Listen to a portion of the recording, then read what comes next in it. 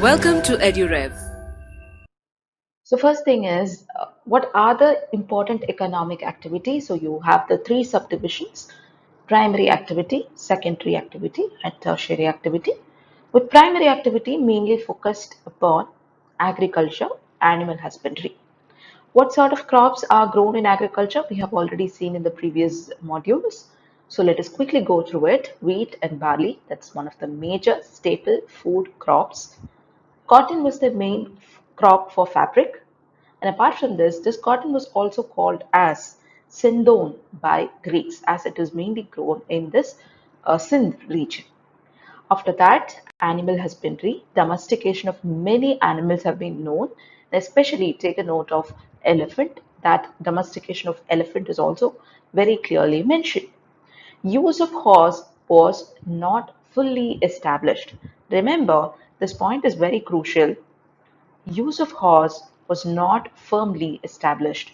Harappan culture was not horse-centered, but remains of horse was found at Surkotada in Gujarat. So I'll repeat the point again. It was not a horse-centric culture, but the remains of the horse was found at Surkotada, which means that though there was presence, there was some feeble evidence of this particular thing, it was not a horse-centric culture. Hunting and fishing are other regular operations or occupations. Secondary activity. What do you mean by secondary activity? Some manufacturing has been going on. That is what you call it to be the secondary activity. Specialized artisans, they indulge upon the activities of being goldsmith, brick makers, stone cutters, weavers, boat builders, terracotta manufacturing, and whatever has been given in the list, take a look at it. And certain bead manufacturing, seal manufacturing, they manufacture bronze sculptures. So these come under the secondary activity because all of it comes under manufacturing or production of a certain good or a commodity.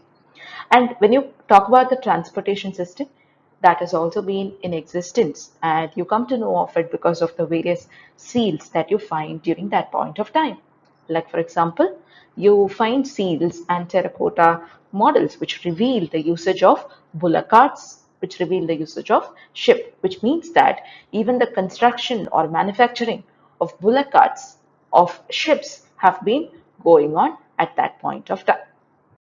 Coming to tertiary activity, this has got to do with your trade and commerce.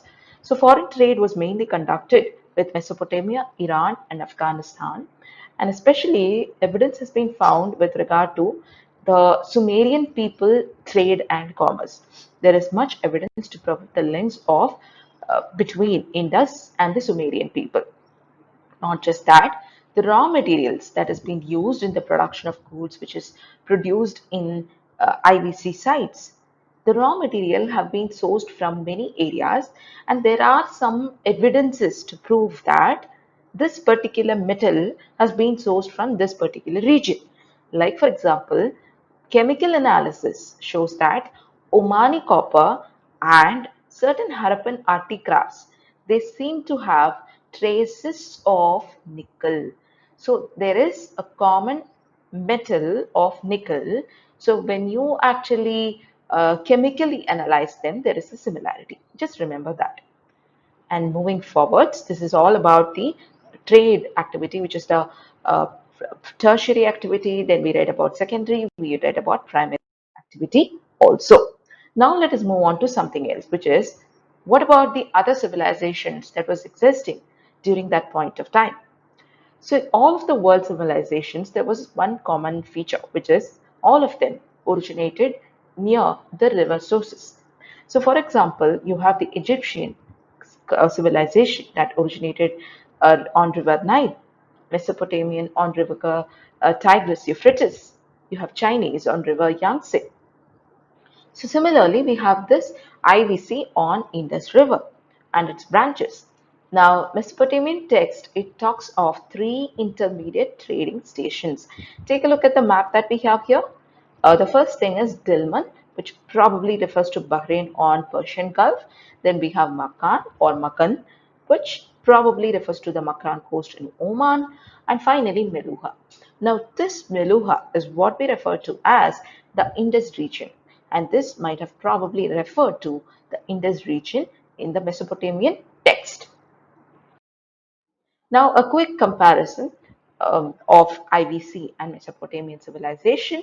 Now, IVC probably seemed to have been having a tendency of matriarchal society, whereas this Mesopotamian civilization owns a lineage of patriarchal culture because there seems to be men being far more powerful than women.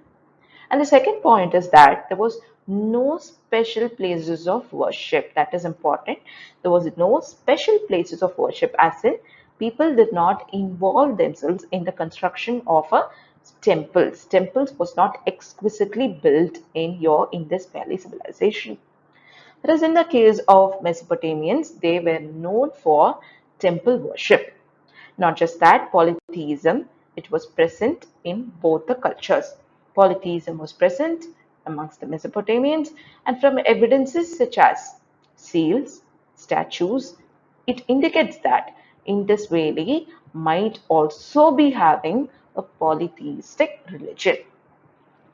And then theory of kingship or a ruler class has not been properly proved for Indus Valley.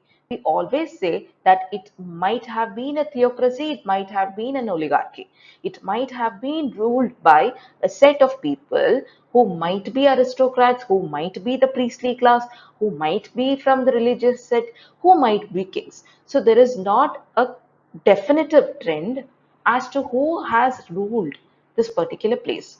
But there is a centralizing authority. Who's that authority? We do not know for sure. And when you take about this Mesopotamian civilization, it was definitely ruled by a priest king who was considered to be divine. That king, he solved disputes. He had his own administration to handle. He also led an army. So that is how there is a clear cut